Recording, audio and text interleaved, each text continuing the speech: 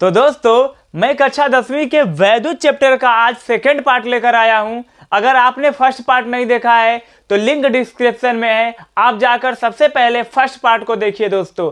और चैनल पर अगर नए हैं तो चैनल को सब्सक्राइब कर लीजिए। तो आइए दोस्तों बात करते हैं सेकंड पार्ट में। पहला टॉपिक है ओम का नियम। इस क्वेश्चन को दोस्तों आप बोर्ड के एग्जाम के लिए वेरी मोस्ट इंपॉर्टेंट की श्रेणी में रखिएगा। बात करते हैं दोस्तों ओम के नियम को। तो ओम का नियम जैसे प्रतिपादित कब हुआ था तो 1827 ईस्वी में हुआ था। कहाँ के वैज्ञानिक ने किया था? जर्मनी के वैज्ञानिक, नाम था उनका जॉर्ज साइमन ओम। ठीक है दोस्तों, जर्मन के वैज्ञानिक थे और उनका नाम जो था जॉर्ज साइमन ओम। ठीक है दोस्तों, इन्होंने ओम को ये जो नियम था इसी को दिया था, इन्हीं के नाम पे पड़ता है नाम ओम का नियम। इस नियम के अनुसार होता क्या है दोस्तों, इसे अगर आप बोर्ड का एग्जाम या बोर्ड के एग्जाम की प्रिपरेशन कर रहे हैं दोस्तों, तो उसके लिए ये बहुत ही इंपॉर्टेंट क्वेश्चन है। ठीक है, इसे आप तैयार कर ही लीजिएगा। चलिए बात करते हैं ओम के नियम को। ओम का नियम होता है, इस नियम के अनुसार किसी चालक की भौतिक अवस्था जैसे ताप, दाब, सांद्रण आदि में अगर परिवर्तन न किया जाए तो चालक के सिरों पर लगाया गया विभवांतर, है ना, चालक के सिरों पर लगाया गया विभवांतर उसमें जो बहने वाली धारा होगा उस धारा के क्या होगा दोस्तों, समानुपाती होता है। यही होता है ओम का नियम। ओम के नियम में ध्यान दीजिएगा कि अगर चालक की भौतिक अवस्था, फिजिकल स्टेट जिसको बोलते हैं, जैसे वे बोल सकते हैं ताप, दाब, सांद्रण में अगर कोई चेंजेज न किया जाए तो उसके सिरों पर जो लगाया गया विभवांतर होगा उसमें बहने वाली धारा के क्या होगा, समानुपाती होगा, डायरेक्टली प्रोपोर्शनल होगा दोस्तों। अगर यहाँ से इसको चेंज करोगे आप तो V = क्या, जब इसको बराबर का चिन्ह लेंगे तो I और R हो जाएगा। जहाँ पे R क्या होता है, एक नियतांक जिसे हम प्रतिरोध भी कहते हैं। जहाँ पे R क्या है दोस्तों, प्रतिरोध। ठीक है, यहाँ पर R एक नियतांक होता है और उसे हम प्रतिरोध भी जानते हैं कि R ही होता है वो प्रतिरोध हमारा। ठीक, तो ओम के नियम को आप समझ चुके होंगे। चलिए अब बात करते हैं दोस्तों, यहाँ से ओम के नियम के बाद आता है ओमीय परिपथ और अनओमी परिपथ। दो और टॉपिक आएंगे। क्या आएगा? ओमीय परिपथ, ओमीय परिपथ, और दूसरा टॉपिक होगा दोस्तों अनओमीय परिपथ।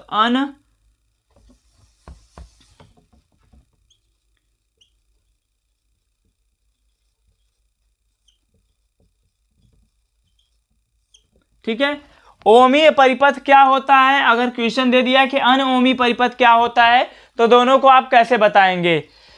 वे परिपथ जो ओम के नियम का पालन करता है ना, इसमें क्या होगा, वे परिपथ जो ओम के नियम का पालन करे। किसके नियम का?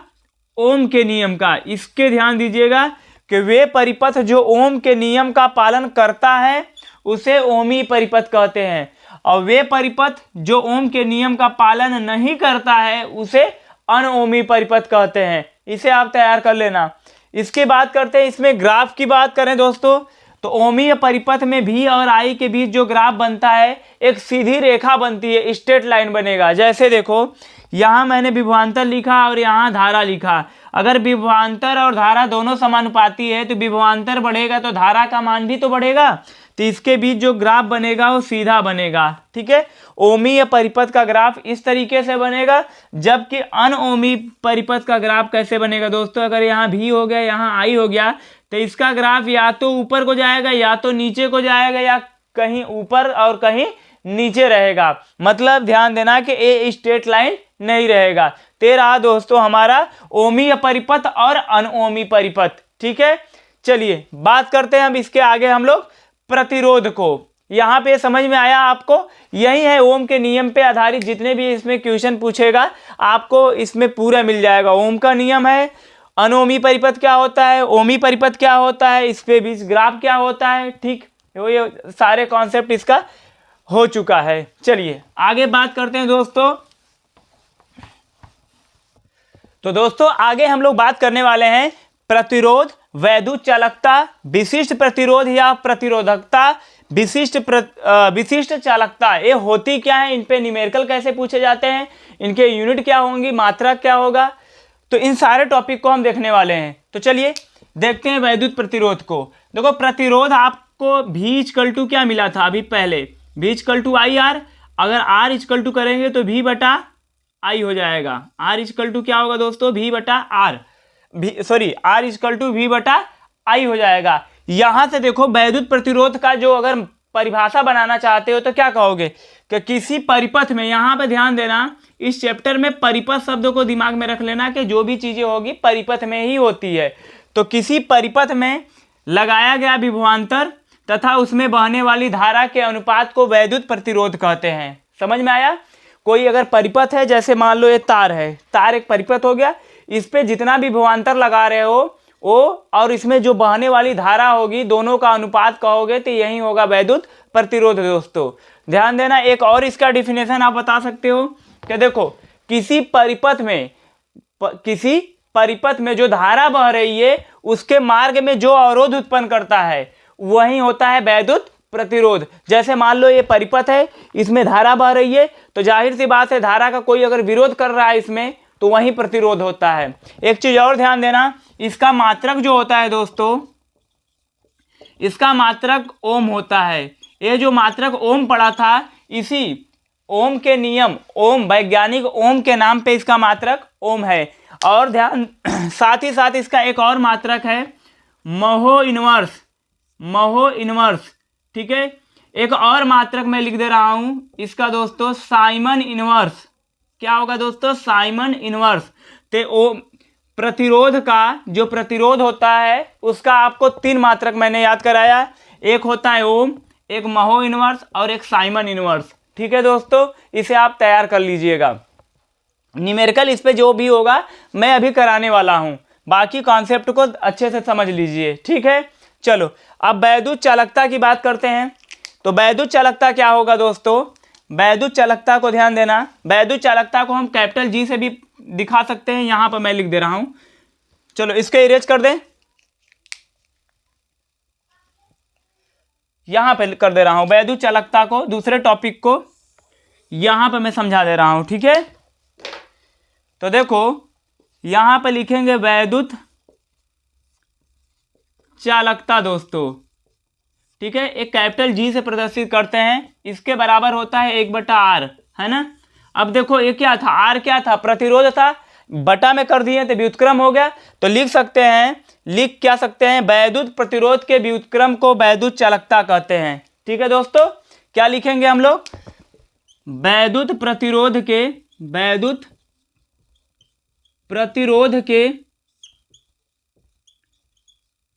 व्युत्क्रम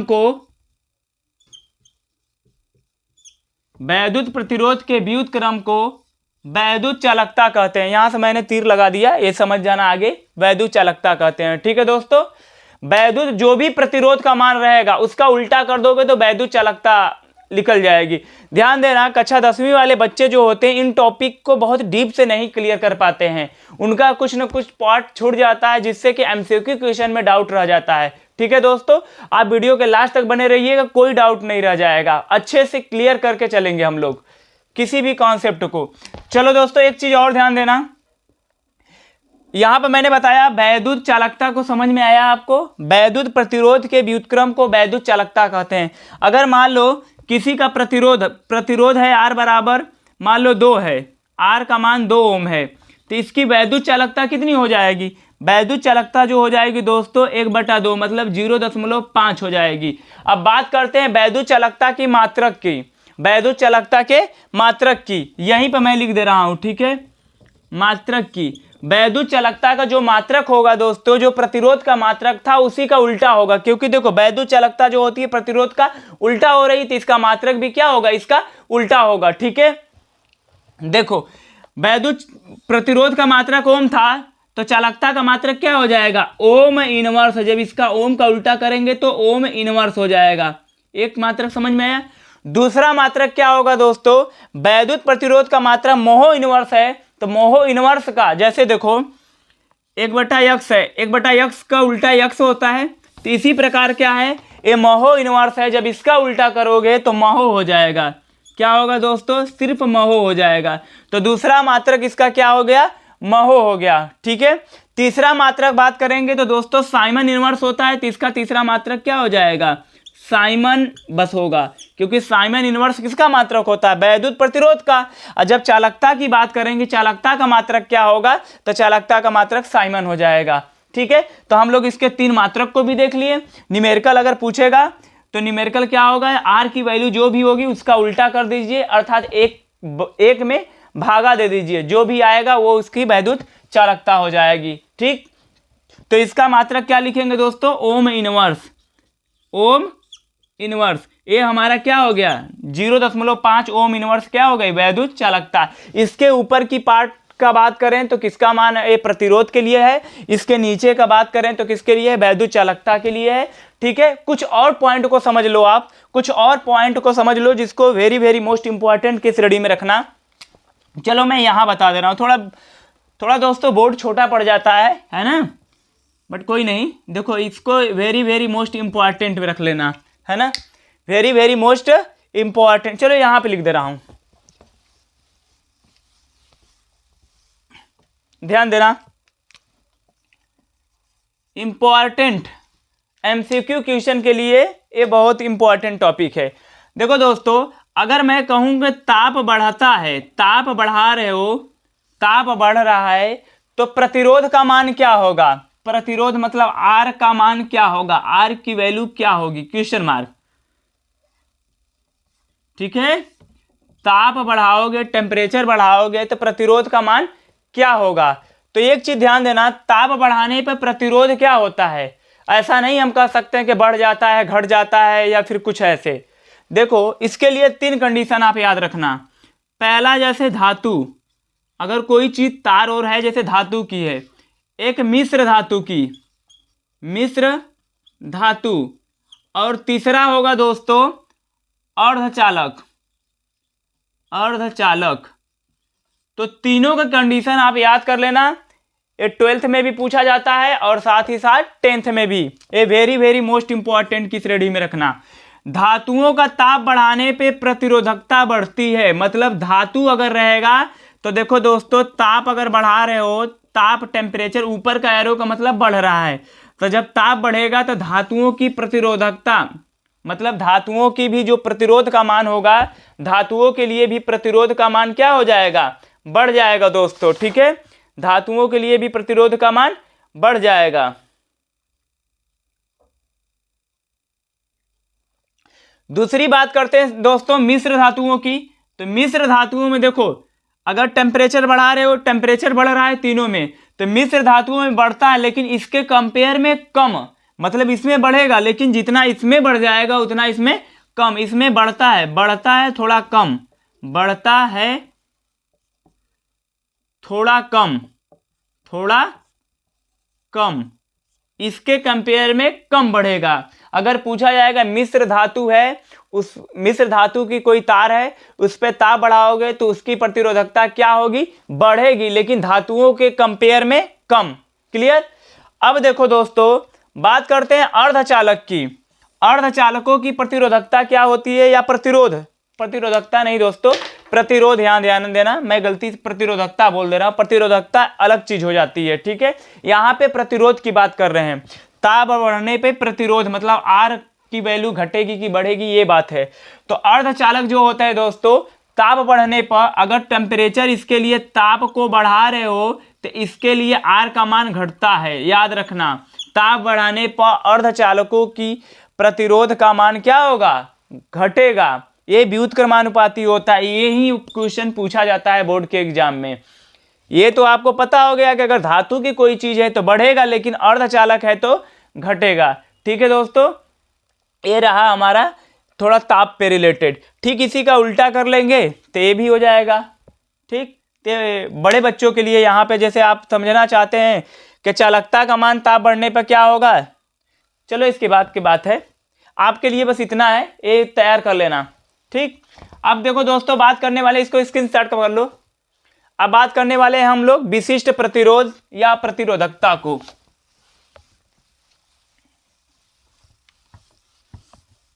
अब अगला टॉपिक क्या है हमारा, विशिष्ट प्रतिरोध। विशिष्ट प्रतिरोध दोस्तों, देखो विशिष्ट प्रतिरोध जो होता है रो से प्रदर्शित करते हैं। रो इक्वल टू क्या होता है, सॉरी यहां पे क्या लिखोगे, आर इक्वल टू आर। देखो इसका डिफिनेशन कैसे बनता है पहले समझ जाना। आर जो होता है लंबाई के अनुक्रमानुपाती होती है, ठीक है। अगर जैसे देखो तार है, तार मेरे पास है, जैसे एक मान लो एक इतना मोटा या इतना लंबा ये तार है, ठीक है। तो इसकी जो लंबाई होगी, यल मान लो इसकी यल लंबाई है इस तार की, तो इसका जो प्रतिरोध होगा, जो जितना लंबा तार होगा उसकी प्रतिरोध का, उसके लिए प्रतिरोध का मान उतना ज्यादा होगा। अगर कहा जाएगा कि एक मान लो 3 mm का तार है जो 5 मीटर लंबा है, और एक 3 mm का तार है जो 2 मीटर लंबा है, तो पूछा जाएगा किसमें प्रतिरोध का मान ज्यादा होगा। तो जो तार लंबा होगा ज्यादा, क्योंकि देखो इसकी मोटाई तो दोनों की सेम है 3 mm, लेकिन लंबाई किसकी ज्यादा है, 5 मीटर वाले तार की। तो जिसकी लंबाई ज्यादा होगी उस तार का प्रतिरोध ज्यादा होगा दोस्तों। इसीलिए कहते हैं कि जो प्रतिरोध का मान होता है लंबाई के अनुक्रमानुपाती होती है। और बात करते हैं उसकी मोटाई की, तो मोटाई पे भी समझ लो।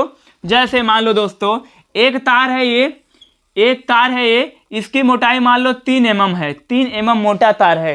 एक है तार, इसकी मोटाई मान लो कि 5 mm है, 5 mm है, ठीक है।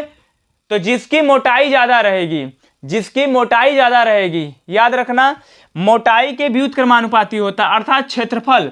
कह सकते हैं कि क्षेत्रफल जिसका ज्यादा, मोटा तार का क्षेत्रफल ज्यादा होता है, इसलिए उसमें प्रतिरोध का मान क्या होता है, कम, ठीक है। तो व्युत्क्रमानुपाती हो जाएगा। एक चीज और ध्यान देना दोस्तों, पतले तार में अगर जैसे मान लो कि धारा बह रही है, तो सबसे अच्छा से धारा किस तार में बहेगी, ध्यान देना, पतले तार में अच्छे से नहीं बहेगी, क्योंकि उसमें प्रतिरोध ज्यादा होगा। प्रतिरोध कौन होता है, जो धारा के मार्ग में अवरोध उत्पन्न करे। जैसे तुम जा रहे हो, तुम्हारे रास्ते में रुकावट कोई पैदा कर रहा है, तो वही तो प्रतिरोध होता है। तो धारा किसी परिपथ में से, परिपथ मतलब मान लो ये वायर है, ये परिपथ हो गया, इसमें से धारा बह रही है, तो इसके मार्ग में जो अवरोध उत्पन्न करेगा वही प्रतिरोध होता है। तो पतले तार में अवरोध ज्यादा उत्पन्न होता है, इसीलिए उसमें धारा कम बहेगी या अच्छा से नहीं होता। इसीलिए तार देखे होगे पतले तार सस्ते होते हैं या फिर वो गर्म हो जाते हैं, जबकि मोटे तार क्या होते हैं, महंगे होते हैं, उसमें रेजिस्टेंस कम होता है, प्रतिरोध कम होता है। अब प्रतिरोध कम रहेगा तो धारा अच्छे से बहेगी, ठीक है। अब दोनों को साथ में लेंगे तो दोस्तों यहां से सूत्र होता है, एक नियतांक जुड़ जाता है रो, L/A हो जाएगा। और इसी नियतांक को हम क्या कहते हैं, इसी नियतांक को दोस्तों बोलते हैं विशिष्ट प्रतिरोध या प्रतिरोधकता, विशिष्ट प्रतिरोध, ठीक है। यहां से हमको 3-4 चीजें समझ में आई, यहां से हमको 3-4 चीजें समझ में आई। क्या समझ में आई दोस्तों, एक चीजें समझ में आई कि जो प्रतिरोध होता है लंबाई के अनुक्रमानुपाती होता है, लंबा तार होगा प्रतिरोध ज्यादा होगा, मोटाई के व्युत्क्रमानुपाती होती है क्षेत्रफल के।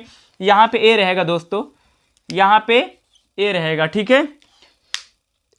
तो जितना मोटा तार रहेगा उसमें प्रतिरोध का मान कम होगा। तो देखो रो क्या है, विशिष्ट प्रतिरोध। इसकी परिभाषा आप कैसे बताओगे, जब एकांक लंबाई का तार हो, लंबाई मतलब 1 मीटर हो और क्षेत्रफल भी 1 मीटर स्क्वायर हो, ठीक है।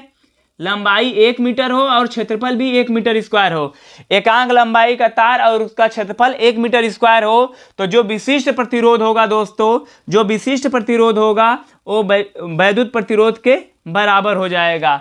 मतलब हम कह सकते हैं कि 1 मीटर लंबा तार होगा और 1 मीटर स्क्वायर क्षेत्रफल होगा, तो जो उसका विशिष्ट प्रतिरोध होगा वो वैद्युत प्रतिरोध के बराबर होगा। समझ में आया, समझ में आया नहीं। अब इसके मात्रक की बात करते हैं दोस्तों, इसके मात्रक की बात करेंगे तो इसका मात्रक जो होता है दोस्तों ओम मीटर होता है। इसका मात्रक क्या होगा, ओम मीटर। इसे अच्छे से तैयार कर लेना, ओम मीटर होता है दोस्तों, ठीक है। विशिष्ट प्रतिरोध का मात्रक क्या होगा, ओम मीटर होता है। एक चीज और ध्यान देना, एक चीज और ध्यान देना, अगर देखो ये जो विशिष्ट प्रतिरोध होता है, विशिष्ट प्रतिरोध पदार्थ की प्रकृति पर निर्भर करता है। ये चीजें ध्यान देना, अगर पूछा जाएगा विशिष्ट प्रतिरोध किस पे निर्भर करता है, तो ये दोस्तों वेरी मोस्ट इंपॉर्टेंट क्वेश्चन बनता है। देखो थोड़ा मैं रफली लिख रहा हूं, लेकिन जो भी कंटेंट आपको बता रहा हूं सब कंटेंट एक यूनिक अपने आप में कंटेंट है दोस्तों। ध्यान देना, इसको नोट्स बनाना अच्छे से और अपने माइंड में तैयार करके एकदम पेपर से पहले पूरा एकदम रेडी हो जाना, क्योंकि सारे कंटेंट दोस्तों बहुत ही इंपॉर्टेंट है। एक बार इसके पहले पार्ट को अगर नहीं देखे हो तो लिंक डिस्क्रिप्शन में है, उसको देख लेना। सेकंड पार्ट जो मैं बता रहा हूं इसको देख लेना। वैद्युत चैप्टर में कोई डाउट नहीं रह जाएगा दोस्तों आपको, तो बढ़िया से वीडियो देखना और अच्छे से पढ़ाई करना, और ये सारे जो मैं कंटेंट बता रहा हूं उसे बहुत अच्छे से तैयार करना। देखो दोस्तों, जो रो की वैल्यू होती है, रो, इसको रो से प्रदर्शित करते हैं, ऐसे बनता है रो। ये जो विशिष्ट प्रतिरोध होता है इसको बोलते हैं रो, ऐसे, ठीक है। एक चीज और ध्यान देना कि ये जो होता है पदार्थ की प्रकृति पर निर्भर करता है। पूछा जाएगा लंबाई पर या क्षेत्रफल पर निर्भर करता है, तो लंबाई पर न निर्भर करेगा ना क्षेत्रफल पर निर्भर करेगा, करता किस पे? पदार्थ की प्रकृति पर। एकदम तैयार कर लो, है ना। विशिष्ट प्रतिरोध किस पे निर्भर करता है?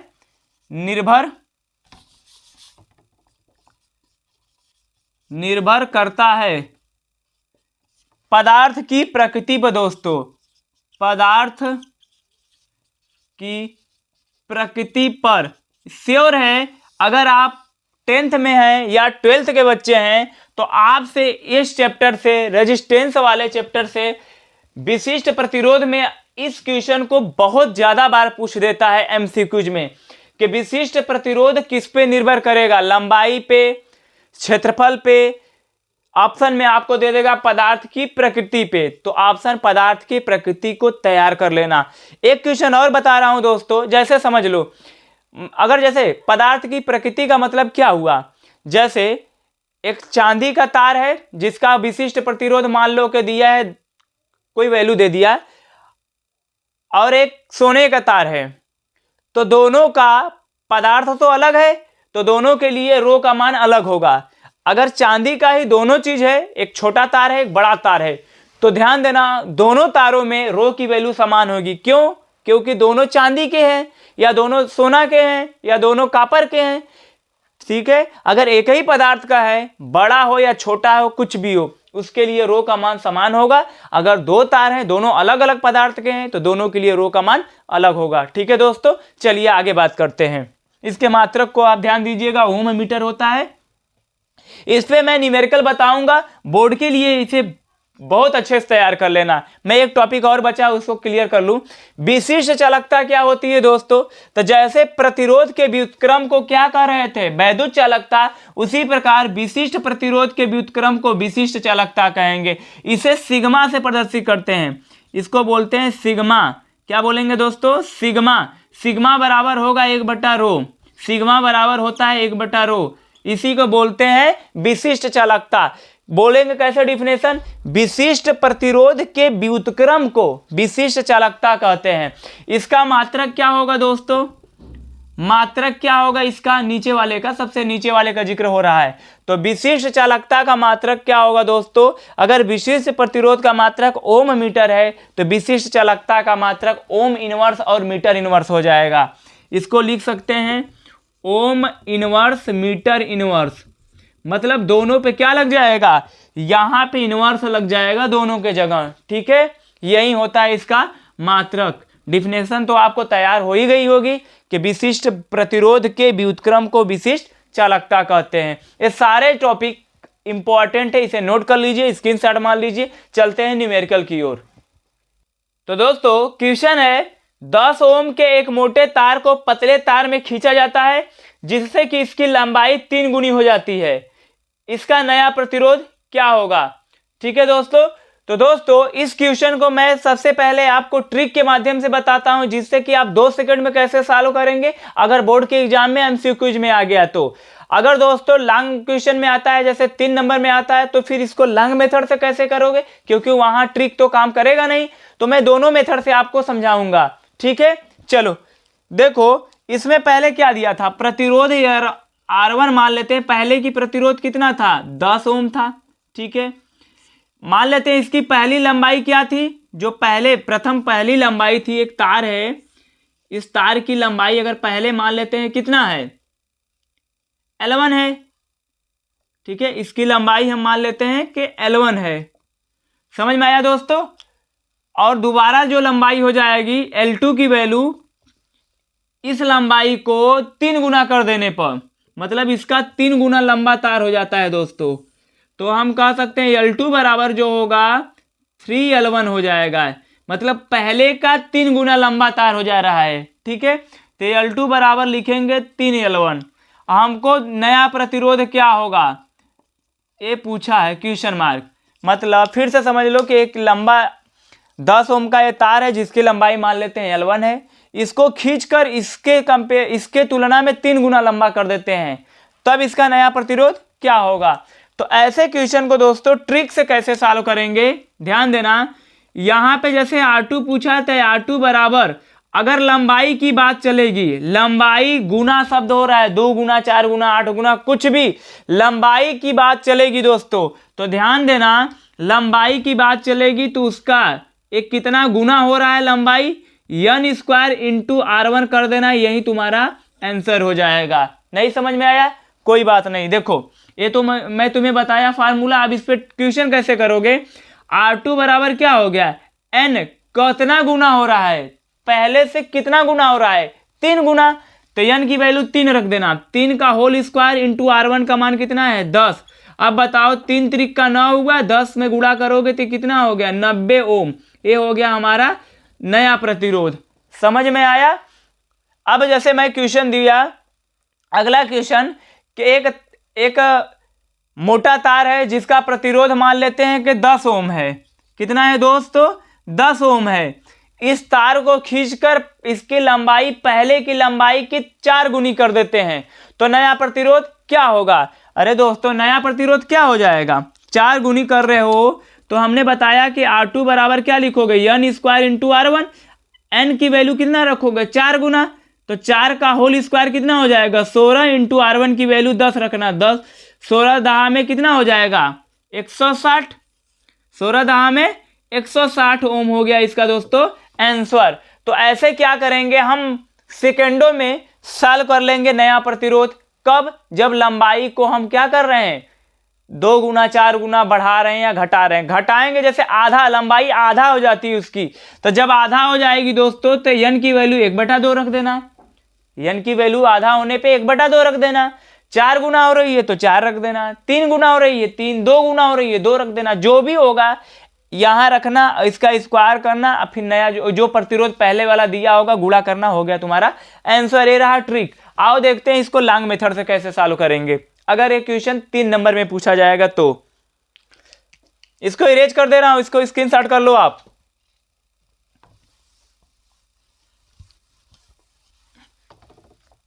देखो दोस्तों ये तार मोटा था, ये तार पतला है ना। ये तार मोटा था, ये तार पतला है। जैसे ये मोटा तार था, इसको खींचकर पतला तार बनाया गया है। तो तार तो वही था, उसी मोटे तार को ही पतला तार बनाया गया है, तो दोनों का आयतन समान होगा। ध्यान देना, दोनों का आयतन समान होगा। तो पहले का आयतन क्या होगा, L1 A1 लंबाई गुणे क्षेत्रफल। पहले का क्षेत्रफल अगर A1 है, लंबाई L1 है, तो L1 A1 बराबर क्या होगा L2 A2 होगा कि नहीं होगा, यही होगा। तो दोस्तों यहां से ध्यान देना, यहां से अगर मैं करूंगा कि L1 बटा के L2, तो इसका मान क्या हो जाएगा A2 बटा के A1, A2 बटा A1 बराबर, देखो L1 की वैल्यू अगर L1 रहने देंगे, इसके आगे सॉल्व करेंगे तो L1 की वैल्यू L1, लेकिन L2 की वैल्यू कितना है 3L1 है दोस्तों। तो L1 से L1 कटेगा तो इसका मान आ गया 1/3। किसका मान आ गया L1 बटा L2, या फिर कह सकते हैं A2 बटा A1 का मान 1/3 आ गया। अब यहां से आगे दोस्तों सॉल्व करना, आगे आपको पता है कि अगर R1 रहेगा तो R1 बराबर क्या होगा रो इंटू L1 बटा के A1। अगर बात करते हैं R2 की तो रो इंटू L2 बटा के A2। ठीक है, यहाँ पे एक चीज ध्यान देना, हम इसको रो1 और रो2 क्यों नहीं कहा, क्योंकि विशिष्ट चालकता का जो होती है वो पदार्थ की प्रकृति पर निर्भर करती है, इसीलिए इसका मान सेम ही रहेगा, क्योंकि तार उसी पदार्थ का है। यही तार को पतला और मोटा खींचकर किया गया है। तो अरे मोटा तार था, खींचकर पतला किया गया है, तो तार तो वही है, इसीलिए इसका विशिष्ट प्रतिरोध क्या, हाँ विशिष्ट प्रतिरोध का मान समान रहेगा। अगर दोनों का भागा देंगे दोस्तों तो क्या होगा, R1 बट्टा R2 इक्वल टू क्या होगा, देखो इससे कट जाएगा, बचेगा क्या, L1 बट्टा A1 गुणा करोगे तो ये ऊपर चला जाएगा A2 बट्टा L2, या फिर इसको सॉल्व करोगे तो दोस्तों L1 बट्टा L2 इंटू A2 बट्टा A1 हो जाएगा। L1 बट्टा L2 का मान भी 1/3 है, A2 बट्टा A1 का भी मान 1/3 है। तो यहाँ से हम लिख सकते हैं R1 बट्टा R2 बराबर क्या लिखेंगे दोस्तों, 1/3 गुणे 1/3। तो देखो यहाँ पे क्या हो जाएगा, यहाँ से ध्यान देना, इसको इधर ले, मैं यहाँ सॉल्व कर दे रहा हूँ। तो यहाँ से हो जाएगा R1 बटा के R2 इक्वल टू 1/3 का 1/3 में गुणा करेंगे तो 1/9 हो गया। तो R2 बराबर क्या होगा, R2 यहाँ जाएगा, 9 का गुणा यहाँ हो जाएगा, तो R2 बराबर 9 इंटू R1। देखो 9 इंटू R1 का मान कितना दिया है, 10, तो यहाँ 10 रखेंगे, तो 10 का गुणा 9 में करोगे तो कितना हो गया दोस्तों, 90 ओम। यही ना आया था हम लोगों का आंसर, 90 ओम। तो इस तरीके से ऐसे क्वेश्चन को सॉल्व करना, ठीक है। चलो इसको स्क्रीनशॉट कर लो। चलो अगले क्वेश्चन की ओर दोस्तों। तो दोस्तों ये जो क्वेश्चन मैं आपको दे रहा हूं ये वेरी मोस्ट इंपॉर्टेंट रहेगा कक्षा 10वीं के बोर्ड के एग्जाम के लिए। इसे आप वेरी मोस्ट इंपॉर्टेंट लिख लीजिएगा। क्वेश्चन है दोस्तों, क्वेश्चन है कि दिए गए पदार्थ के किसी यल लंबाई तथा ए मोटाई के तार का प्रतिरोध 4 ओम है। ध्यान देना, इसका प्रतिरोध 4 ओम है। इसी पदार्थ के किसी अन्य तार का प्रतिरोध क्या होगा जिसकी लंबाई L/2 तथा मोटाई 2a हो, है ना दोस्तों। चलो इसको सॉल्व करते हैं। पहले क्या दिया है, इसका प्रतिरोध मान लेते हैं, R1 की वैल्यू दे दिया है 4 ओम, ठीक है। लंबाई जो दिया है दोस्तों मान लेते हैं L दिया है, और जो क्षेत्रफल होगा वो कितना दिया है, क्षेत्रफल क्या दिया है, ओ ए दिया है। तो आपको पता है R कहो या R1 कहो, ठीक है, बात तो एक ही है। इसके बराबर क्या होता है, रो इंटू L/A होता है, यही ना होता है।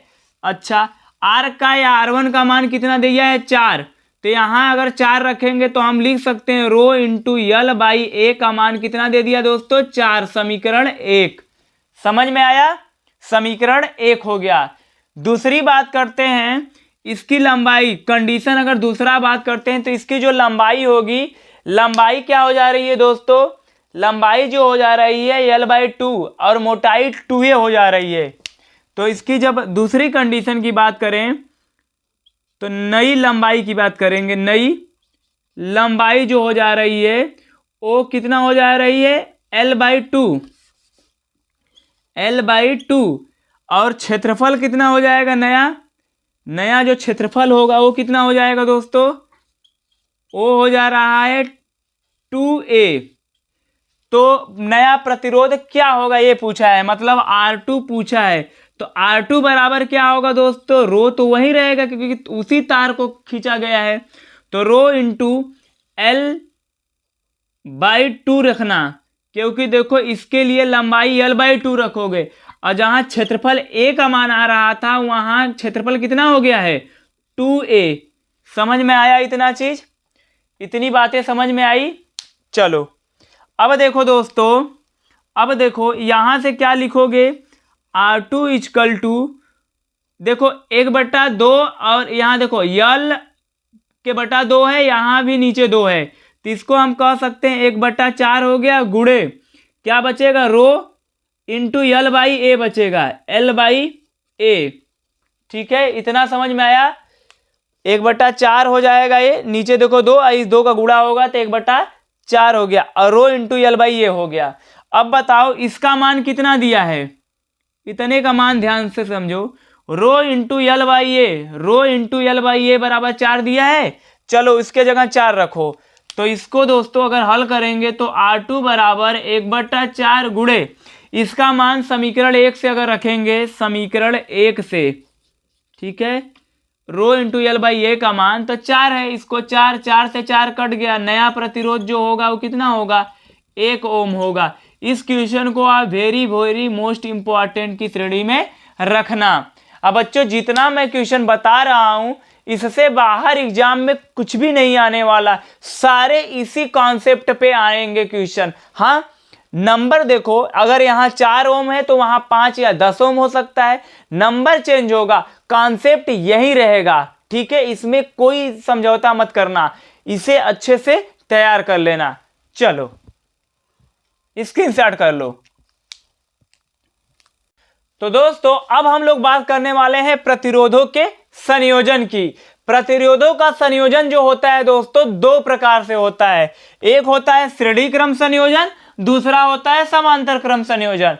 तो उसको जानने से पहले हम लोग समझ जाते हैं कि प्रतिरोधों का जो सिंबल होता है वो कैसे होता है। देखो ऐसे एक लाइन रहेगी और इस पे ऊपर ऐसे डॉटेड रहेगा, समझ जाना ये एक प्रतिरोध है। ये क्या है दोस्तों? प्रतिरोध है। ठीक है, तो ऐसे ही मान लेते हैं कि ये 3 प्रतिरोध हैं। कितने प्रतिरोध हम लेते हैं? मान लेते हैं कि हम 3 प्रतिरोध लेते हैं, ए R1 हो गया, ए R2 हो गया और एक और प्रतिरोध लेते हैं ए R3 हो गया। समझ में आया? समझ में आया? ठीक। अब यहां देखना दोस्तों, इसका पहला सिरा इधर है जबकि दूसरा सिरा इधर है, इसका पहला सिरा इधर और दूसरा सिरा इधर, इसका पहला सिरा इधर और दूसरा सिरा इधर। अगर मान लो इसको ऐसे जोड़ दें हम इस तरीके से दोस्तों, ये R1 हो गया, फिर आगे जोड़ देते हैं इसमें R2 को लिया कर, ये R2 हो गया और इसी आगे जोड़ देते हैं दोस्तों R3 को, ये R3 हो गया। और इन तीनों को क्या करते हैं, इसके बीच में एक बैटरी लगा देते हैं और यहाँ पे एक कुंजी लगा देते हैं। समझ में आया? तो इस टाइप का अगर आपको डायग्राम बन जाता है तो ये कौन सा क्रम हो जाएगा? श्रेणी क्रम संयोजन। समझते हैं इसकी परिभाषा कैसे बताएंगे। जब प्रतिरोधों को इस प्रकार जोड़ा जाए कि पहले प्रतिरोध का दूसरा सिरा दूसरे प्रतिरोध के पहले सिरे से तथा दूसरे प्रतिरोध का दूसरा सिरा तीसरे प्रतिरोध के पहले सिरे से जुड़ा हो, तो प्रतिरोधों के इस संयोजन को श्रेणी क्रम संयोजन कहते हैं दोस्तों। फिर से समझ लो, देखो पहले प्रतिरोध का दूसरा सिरा दूसरे प्रतिरोध के पहले सिरे से जुड़ रहा है, यही ना हुआ? पहले प्रतिरोध का दूसरा सिरा दूसरे प्रतिरोध के पहले सिरे से, और दूसरे प्रतिरोध का दूसरा सिरा दूसरे प्रतिरोध का दूसरा सिरा तीसरे प्रतिरोध के पहले सिरे से जुड़ा हो, तो ऐसे क्रम को या ऐसे संयोजन को हम श्रेणी क्रम संयोजन कहते हैं दोस्तों। इसके लिए जो तुल्य प्रतिरोध होता है, तुल्य प्रतिरोध वो होता है R बराबर 1/R1 प्लस 1/R इसके लिए जो तुल्य प्रतिरोध होता है दोस्तों वो होता है R बराबर R1 plus R2 plus R3 होता है। समझ में आया? मैं समांतर की बात कर लिया था, यहां पर ध्यान देना, श्रेणी के लिए तुल्य प्रतिरोध R बराबर R1 plus R2 plus R3 होता है। समझ में आया? चलो एक चीज और ध्यान देना, इसका डेरिवेशन आता है। डेरिवेशन, आप डेरिवेशन में क्या करोगे? हाँ, इसमें देखो श्रेणी क्रम संयोजन में जो धारा का मान होता है वो समान होता है। अगर इस प्रतिरोध में जितनी धारा बहेगी वही धारा इसमें बहेगी, वही धारा इसमें बहेगी। मतलब ध्यान देना, इसमें जो धारा का मान होता है, धारा जो होती है समान होती है। सभी प्रतिरोधों में धारा का मान समान होता है। कैसे संयोजन में? तो आंसर हमारा होगा श्रेणी क्रम संयोजन में जितने भी प्रतिरोध रहेंगे सारे प्रतिरोधों में धारा का मान समान होगा दोस्तों। जबकि वोल्टेज की बात करें, वोल्टेज की बात करें तो वोल्टेज का मान असमान होता है, मतलब अलग अलग होता है। वोल्टेज जो होती है दोस्तों अलग अलग होती है, इसकी वोल्टेज कुछ अलग होगा, इसमें वोल्टेज कुछ अलग होगा और इसमें वोल्टेज कुछ अलग होगा। मतलब इसका विभवांतर जो होता है, इसका विभवांतर अलग अलग होगा, जबकि धारा का मान समान होता है श्रेणी क्रम में। ठीक, ये रहा श्रेणी क्रम संयोजन की बात। एक चीज और ध्यान देना, आपको मैंने पहले पढ़ा दिया है धारा। धारा को मैंने पढ़ाया, धारा का मात्रक बताया था, धारा का परिभाषा बताया था। धारा को नापते कैसे हैं? तो धारा को अमीटर से नापते हैं। एक चीज ध्यान देना, धारा को अमीटर से नापते हैं। बात करते हैं विभवांतर को। अगर बात करें विभवांतर को, विभवांतर को नापने के लिए किसका यूज करते हैं? वोल्ट मीटर का, वोल्ट मीटर का। ठीक है, तो वोल्ट मीटर को हमेशा समांतर क्रम में जोड़ते हैं, समांतर क्रम में जोड़ते हैं दोस्तों। ये दोनों question very very most important में तैयार कर लेना, है ना। है तो बहुत छोटा लेकिन है बहुत बड़ा, याद रखना। मैंने क्या बताया कि अमीटर को मान लो एक परिपथ है, उसमें हमको धारा नापना है, तो उस परिपथ में अमीटर को किस क्रम में जोड़ना होगा, श्रेणी क्रम में। अगर उसमें वोल्टेज विभवांतर नापना है तो उस परिपथ में वोल्ट मीटर को किस में नापेंगे और किस में जोड़ेंगे, किस में जोड़ेंगे दोस्तों, समांतर क्रम में। वोल्ट मीटर को समांतर जबकि अमीटर को श्रेणी में नापते हैं, याद रखना, कई बार याद कर लेना, भूलना मत। चलो अब देखो दोस्तों, समांतर क्रम संयोजन में क्या होगा, इन्हीं प्रतिरोधों को अगर इस प्रकार जोड़ें, देखो ये तो मैं आपको समझाने के लिए यहां पे लिखा था, इन्हीं प्रतिरोधों को अगर ऐसे जोड़ दें, मान लो कि ए एक प्रतिरोध हो गया, ए R1 हो गया, एक दूसरा प्रतिरोध हो गया ए R2 हो गया, एक तीसरा प्रतिरोध हो गया जो R3 हो गया, ठीक है। इनके सभी पॉइंट को एक जगह पर जोड़ दो, इनके सभी बिंदु को दोस्तों एक जगह पर जोड़ दो, और फिर क्या करो, इसका संपर्क यहाँ बैटरी, मान लो बैटरी से जोड़ देते हैं, यहाँ पे कुंजी लगा देते हैं, ठीक है। तो देखो धारा किधर से किधर बहती है, प्लस टर्मिनल से माइनस की ओर, जो बड़ा वाला होगा प्लस, तो धारा इधर से इधर जाएगी। मान लो इसमें आई धारा बह रही है, तो ये जो संयोजन होगा समांतर क्रम संयोजन होगा। इसको समझ लो क्या होता है कि जब प्रतिरोधों को इस प्रकार जोड़ा जाए कि पहले इनके मतलब देखो तीनों का पहला सिरा इसका तीनों का पहला सिरा एक बिंदु पे और दूसरा सिरा दूसरे बिंदु पर जुड़ा है, तो ऐसे क्रम को हम क्या कहेंगे दोस्तों, समांतर क्रम संयोजन। फिर से देखो, जब प्रतिरोधों को इस प्रकार जोड़ा जाए कि उनके पहले बिंदु को एक बिंदु पे या पहले सिरे को एक बिंदु पे, दूसरे सिरे को दूसरे बिंदु पर, तो ऐसे संयोजन को हम क्या कहेंगे दोस्तों, समांतर क्रम संयोजन। इसमें जो होती है धारा का मान दोस्तों, इसमें जो होती है धारा का मान असमान होती है, असमान होती है, मतलब इसमें अलग धारा बहेगी, इसमें अलग और इसमें अलग, मतलब इसमें ये धारा जो आई जा रही है I1 हो जाएगी, इसमें हो जाएगी I2 और इसमें क्या हो जाएगी I3। समझ में आया। समांतर क्रम संयोजन में प्रतिरोध जितने होते हैं सब में धारा का मान अलग अलग होता है, जबकि श्रेणी क्रम में सब में धारा का मान समान होता है।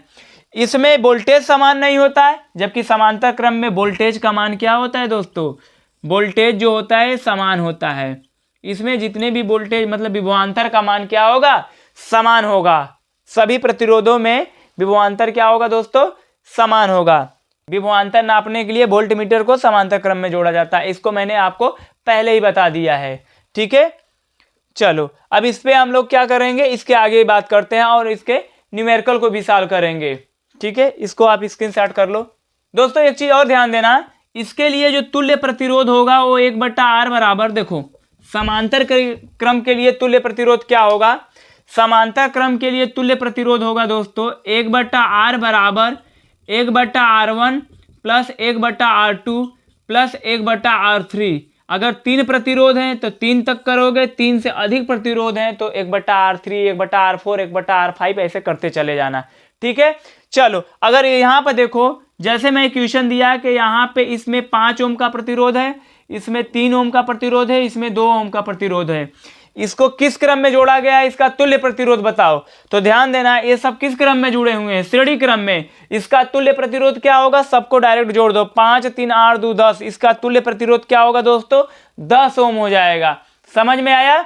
इसके लिए देखो, अगर मैं कहूंगा यहाँ पे 5 ओम है, यहाँ पे 3 ओम है, यहाँ पर 2 ओम, तो क्या करोगे, इसको लगाते समय 1/R बराबर 1/5 प्लस 1/3 प्लस 1/2 करोगे, है ना। देखो जैसे इसको देख लो, यहां पे इसको इरेज कर दे रहा हूं, इसको इरेज कर देना, स्क्रीनशॉट कर लो।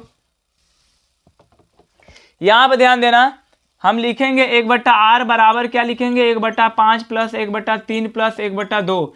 एलसीएम क्या होगा दोस्तों, एलसीएम इन 5 3 और 2 का एलसीएम कितना होगा, 5 3 और 2 का एलसीएम 30 होगा।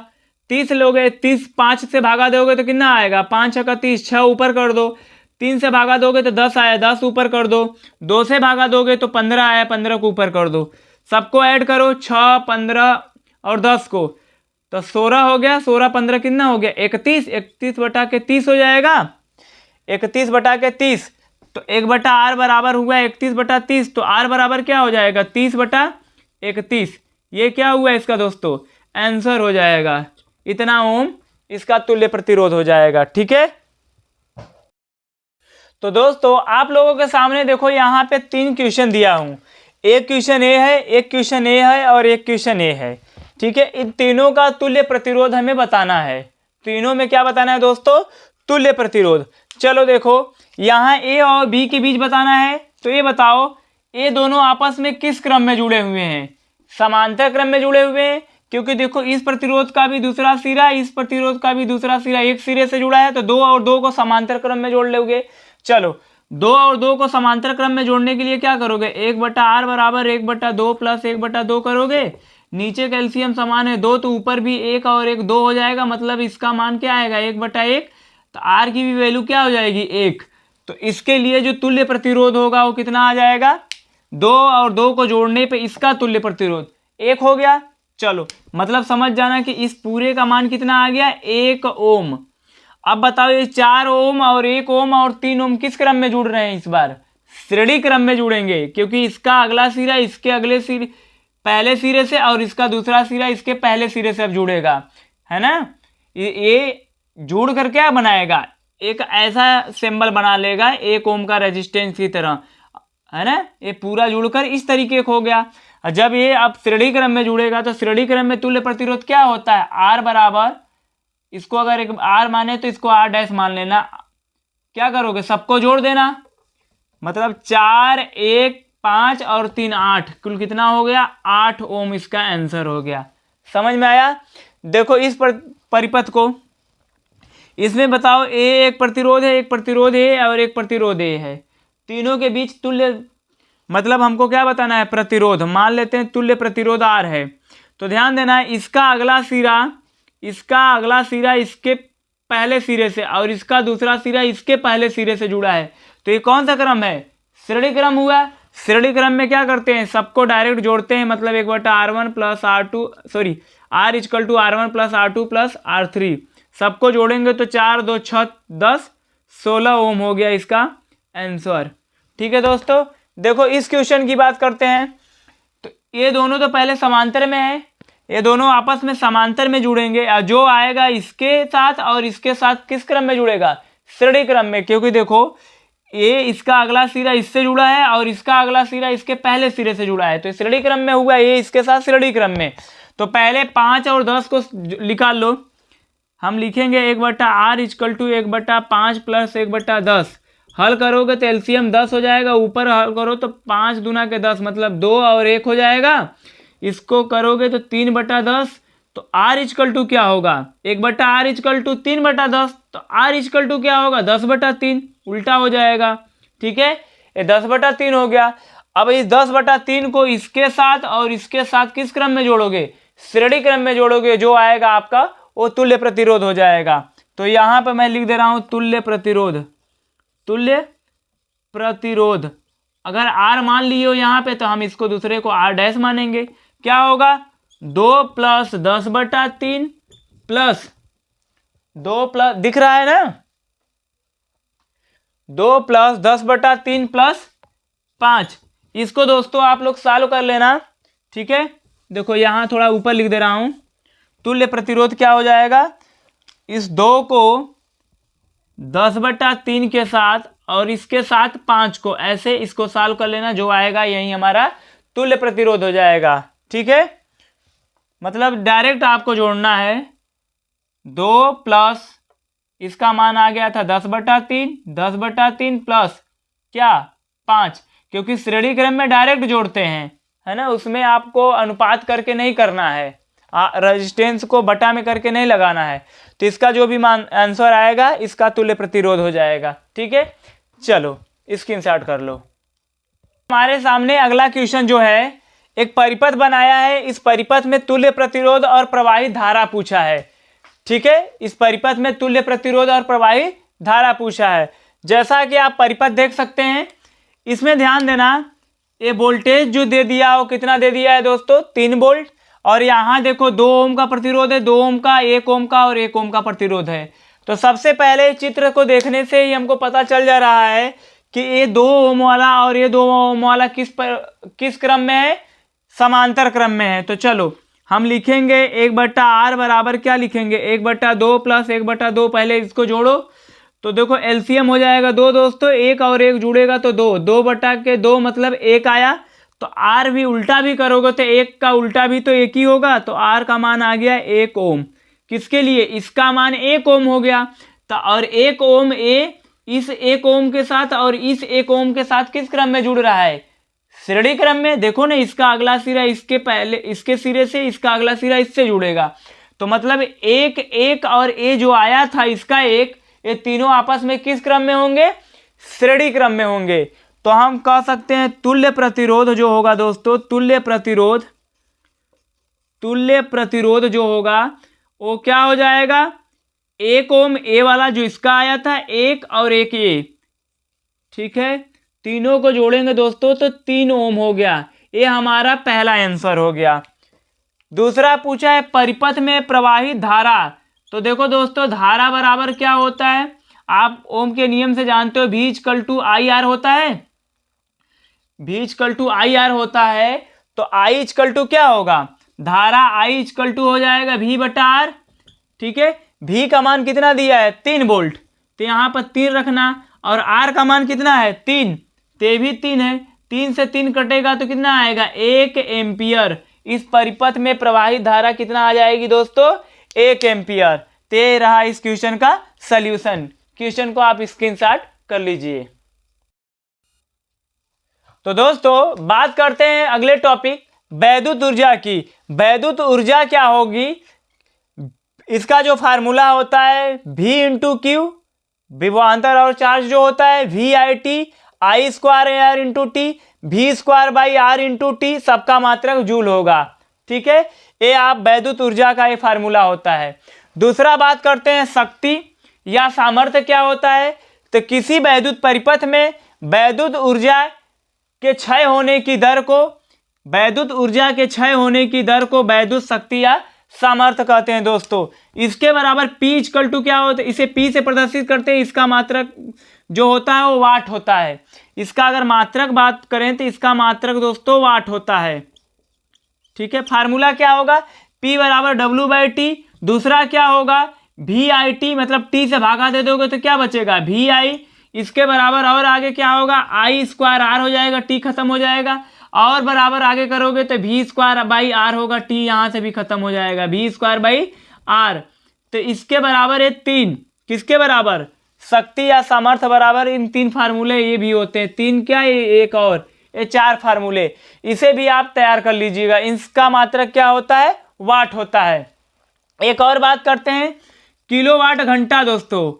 किलोवाट घंटा क्या होता है, देखो ये जनरली देखो घरेलू उपकरणों या फिर बोल सकते हैं कारखानों वगैरह में जो भी बिजली यूज होती है उसका जो यूनिट आता है किलोवाट घंटा, या यूनिटों में आता है यूनिट।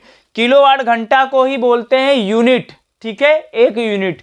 तो ये क्या होता है, अगर 1 घंटा में किसी वैद्युत परिपथ में 1 घंटा में जितनी भी ऊर्जा व्यय होगी वही ऊर्जा क्या कहलाती है, 1 घंटा में किसी वैद्युत परिपथ में जितनी भी ऊर्जा व्यय हो रही है उसे हम कहेंगे दोस्तों किलोवाट घंटा।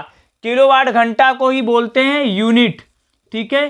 तो यूनिटों की संख्या या किलोवाट घंटा बराबर क्या होता है, वाट गुणे घंटा गुणे दिन। अगर दिन दिया है सवाल में तो आप दिन भी रखना, दिन नहीं दिया है तो दिन को छोड़ देना। तो वाट गुणे घंटा गुणे दिन बटा के 1000 होता है फार्मूला दोस्तों, ठीक है। वाट गुणे घंटा गुणे दिन बटा के 1000 होता है, क्लियर।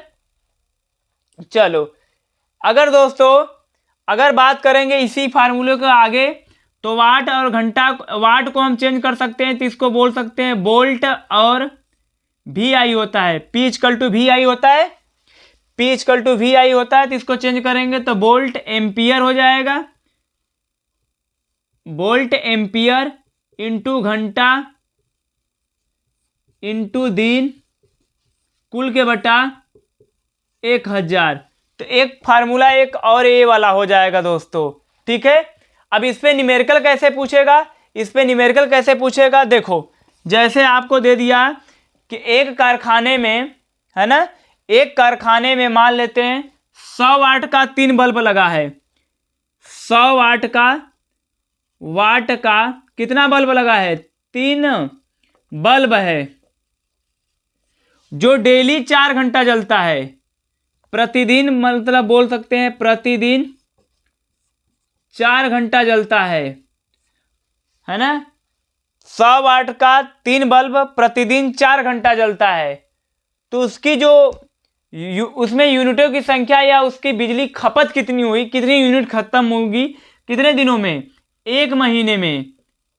1 महीने में कितनी बिजली खपत होगी या खत्म होगी, ठीक है। तो देखो आपको P की वैल्यू कितना दे दिया है, वाट कितना दिया है, 100 वाट। कितने बल्ब है? 3। प्रतिदिन 4 घंटा जलता है, घंटा का मान 4 दे दिया है। और कितने दिन? 1 महीने। 1 महीने में कितने दिन होते हैं? 30 दिन। तो दोस्तों इसको लगाते समय हम क्या करेंगे, वाट 100 वाट है, कितने बल्ब है? 3। जितने संख्या रहेगी उसका गुणा कर देना, वाट हो गया ये, गुणे घंटा, कितने घंटा? 4। वाट गुणे घंटा गुणे दिन, वाट गुणे घंटा गुणे दिन, दिन कितना है? 1 महीना। 1 महीना मतलब 30 दिन।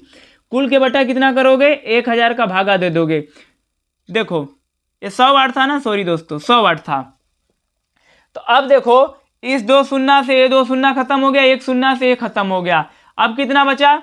4 तिहाई 12 और 12 तिहाई 36, मतलब इसका आ जाएगा 36 यूनिट बिजली खत्म होगी दोस्तों, है ना। अगर बात करेंगे 1 महीने में कितनी बिजली खत्म होगी, तो 36 यूनिट खत्म होगी। समझ में आया? इस क्वेश्चन को भी आप स्क्रीनशॉट कर लीजिएगा, और ऐसे क्वेश्चन को आप लोग पेपर से पहले प्रैक्टिस कीजिएगा। एक क्वेश्चन देखो दोस्तों और होता है, पूछ देगा इसी क्वेश्चन में कि 100 वाट के 3 बल्ब प्रतिदिन 4 घंटे जलते हैं और 1 महीना जलते हैं। यदि 1 यूनिट की खर्चा, यदि 1 यूनिट का, इसमें थोड़ा सा ऐड कर दे रहा हूं अब, देखो इसमें क्वेश्चन ऐड होगा तो क्या होगा, यदि 1 यूनिट का खर्च 2 रुपया है, 2 रुपया हो, तब इसमें कुल कितना खर्च लगेगा, तब कुल कितना खर्च गिरेगा या लगेगा, कुल कितना खर्च लगेगा दोस्तों। तो सबसे पहले तुम यूनिटों की संख्या निकाल लेना। कैसे निकालना? ऐसे, यूनिट बराबर कितना हो गया दोस्तों, यूनिट बराबर आ गया हमारा 36। कितना आ गया? यूनिट बराबर हमको निकालना होगा यूनिट, और यूनिटों की संख्या आ गया 36 यूनिट। और 1 यूनिट का खर्चा क रुपया गिर रहा है? 2। तो 36 यूनिट का कितना होगा? 36 गुणे 2 मतलब कितना होगा? 72 रुपया हो जाएगा दोस्तों इसका खर्चा 1 महीने का। समझ में आया? अगर यूनिट की संख्या दिया है, 1 यूनिट का खर्चा अगर 50 रुपया गिर रहा है, तो 36 यूनिट का खर्चा कितना गिरेगा, उसमें 50 का गुणा कर देना। तो ऐसे हमको खर्चा भी पूछ देता है, तो खर्चा को भी ऐसे निकालेंगे, पहले यूनिट की संख्या निकालिएगा, फिर कितना 1 यूनिट का कितना खर्चा है उसमें उसका गुणा कर दीजिएगा, ठीक है। एक चीज और ध्यान दीजिएगा, कभी कभी ऐसे क्वेश्चन पूछता है कि एक घर में 3 बल्ब, 3 पंखा और एक फ्रिज चल रहा है, रेफ्रिजरेटर, ठीक है, जो प्रतिदिन 2-2 घंटा जलते हैं और चलते हैं, है ना। बल्ब जलेगा, रेफ्रिजरेटर चलेगा। तो बताओ 15 दिनों में या 10 दिनों में कुल कितना यूनिट बिजली खर्चा होगी। तो देखो इसमें क्या करना, जो दिया है, जैसे पंखा की बात कर रहा है तो कट पंखा है, कितने वाट का है उसका गुणा करना, बीच में प्लस करना, फिर रेफ्रिजरेटर पे जाना, फिर सबको ऐसे करके सॉल्व करना, नीचे 1000 से भागा दे देना, ठीक है। ऐसे क्वेश्चन को आप प्रैक्टिस करना, कोई डाउट होगा तो हमें बताना, ठीक है दोस्तों। तो इसे आप स्क्रीनशॉट कर लीजिए। तो दोस्तों आज का ये वीडियो आपको कैसा लगा, मुझे मेरे YouTube चैनल केडीएस सोनभद्र के कमेंट बॉक्स में जरूर बताइएगा। साथ ही साथ दोस्तों किसी क्वेश्चन में आपको डाउट रहता है, कोई समस्या रहती है, तो आप मुझे कमेंट करके जरूर बताइएगा, उसका सलूशन मैं जरूर आपके सामने लाऊंगा दोस्तों अगर आप चैनल पे नए हैं तो चैनल को सब्सक्राइब कर लीजिए। मिलते हैं दोस्तों ऐसे ही एक अलग चैप्टर लेकर, जिसको पूरा हम लोग डिटेल से देखने वाले हैं। तब तक के लिए दोस्तों धन्यवाद।